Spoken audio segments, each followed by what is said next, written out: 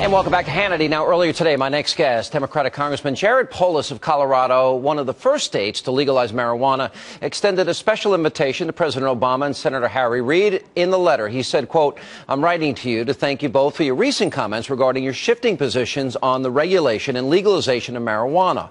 I'd like to extend an invitation to both of you to visit Colorado and join me to visit a legal dispensary and growth operation. I'm confident that when you see Colorado's work to implement the law, well, we can begin to make similar efforts on a federal level." Joining me now to explain and defend his pro-pot position, the man himself, Democratic Congressman Polis. Do you smoke pot, Congressman? Do you?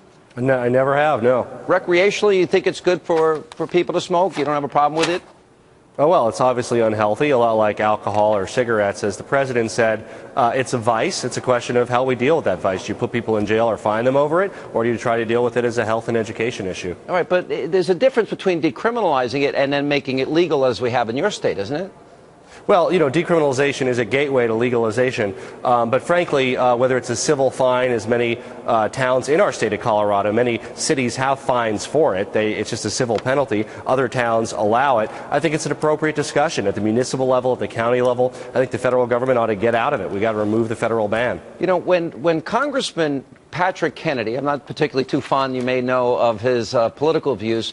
When he had some issues, I defended him on this program, hoped that he would go out and get help. He said these things. He knows more about drugs than I do, so maybe you should hear it from him, and I want you to respond to this.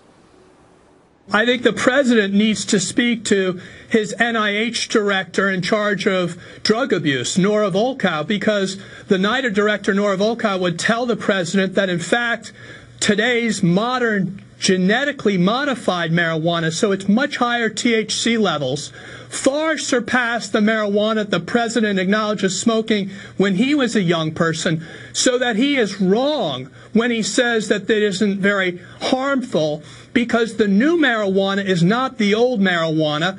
And, of course, the president is making this decision based upon his anecdotal experience. We need to have presidential decisions made based upon public health and the sound science that the federal government is invested in. Now, he's making his case. He's struggled with substance abuse. Many other people that I know and I've met in my life that have struggled with substance abuse start with marijuana and move on to harder drugs.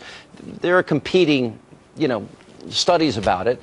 How do you respond to that? If its availability now is going to be all over your state? You know, Patrick Hannity is a friend of mine. I don't know why he's trying to speak for the NIH director there.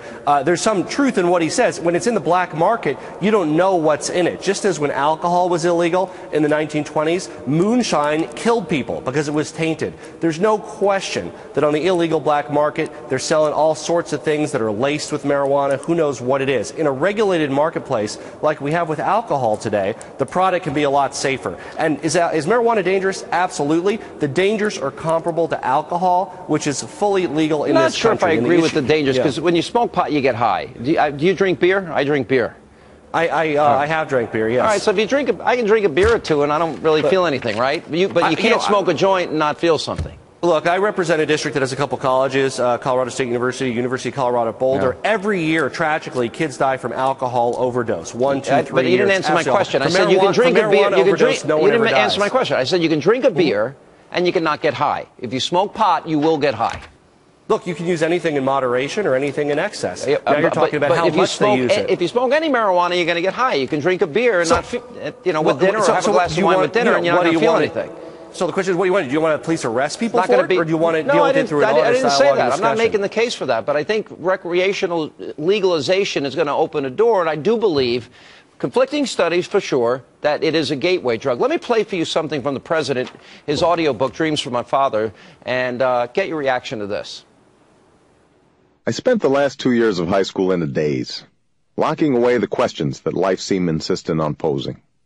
I kept playing basketball, attended classes sparingly, drank beer heavily, and tried drugs enthusiastically. I discovered that it didn't make any difference whether you smoked reefer in the white classmate's sparkling new van, or in the dorm room with some brother you'd met down at the gym, or on the beach with a couple of Hawaiian kids who had dropped out of school and now spent most of their time looking for an excuse to brawl. Here's the question. With the new availability that you're supporting, that probably will be the life of a lot of kids, what Barack Obama's saying there. Is that a problem? Is that a problem for you?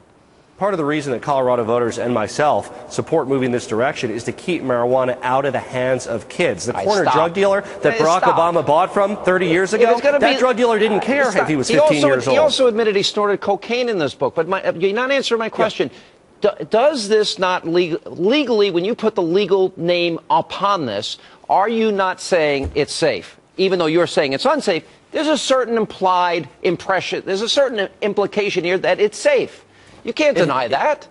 Well, no, it helps keep it out of the hands of kids. That's one of the reasons we're doing it. The stores are regulated. You have to be 21 in Colorado to use it. By making it legal, it does not keep it out of the hands of kids. Well, sure it doesn't have any impact on kids. If anything, it's more available. Because the older kids will give it to the younger kids. Come on, Congressman, you have to be 21 years old. Look, it wasn't too long ago in my state you could be 18 and drink alcohol. It's just like a kid will pay an older person to go buy them beer. If it's legal, it's more available for kids. Don't use that one. There's a lot of better arguments for you. Don't use that one. If you're under the delusion that having it illegal somehow makes it unavailable to kids, I can take you to any high school in our country. It's simply wrong. But legal makes it more available, but yeah, it's readily available now. Nobody's disputing that. Well, look, so this is a way to make sure that we regulate it like alcohol, keep it out of the hands of kids, and put the cartels and the gangs out of business. Get rid of that. We're handing over money to them. We've got to put them out of business. All right, appreciate it. Thank you. Coming up next,